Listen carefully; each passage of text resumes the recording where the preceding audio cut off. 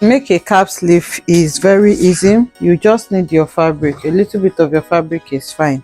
So you need to know the height of your sleeve, how long. It's usually small, so I'm going to be working with 6 inches including seam allowance. So my fabric is on fold and I'm marking 6 inches, so that's the total length that I'm going to be working with for this sleeve. So after that, I'm going to mark.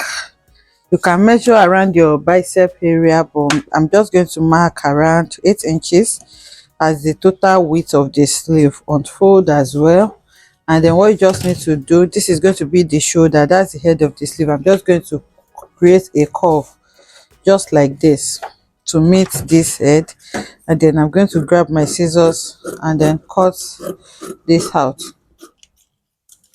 So that's what you need to do. You notch this center part, and this is what you're going to have.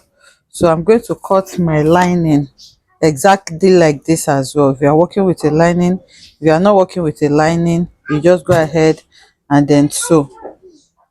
You just place on your fabric, on your lining, and then you use your main fabric to cut out the shape that you have. So this sleeve does not go all around the armhole, that's why it is this small. Just a small cap sleeve. So now you're going to take this to the sewing machine. You're going to place it right side facing right side, right side of your lining facing right side of the fabric, and then you're going to sew the hem so that you can turn it neatly. I've gone ahead to turn it with my lining. You can see that the hem is clean now. So I just run a gather stitch here so that I can gather the head of the sleeve to form my little cap sleeve. So once you gather it, you can see this is what you're going to have. It's going to create like a little puff here.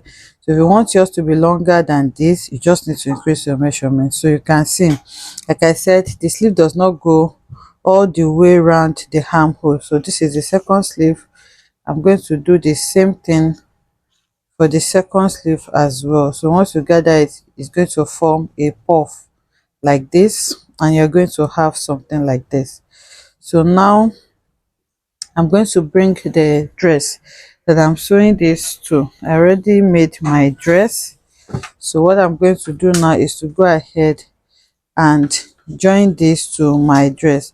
So you can just sew to this part, and then I'm going to find a way to use the lining to clean this up so that the rest that does not have the sleeve is going to be neat as well.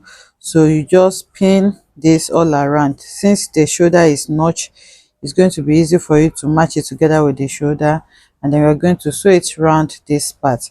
So I'll do this now and bring it back to show us what we have.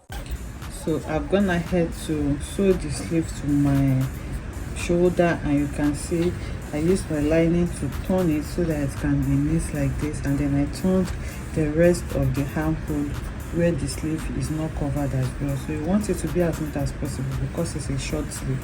If it is not clean, once you raise your hand, the rough edges is going to show. You do not want that. So this is what we have. You can see how simple it is to make and how beautiful this is looking. I hope you enjoy making this beautiful tutorial with me. The tutorial on how I made the dress is also on the channel. It's a full dress without half joining.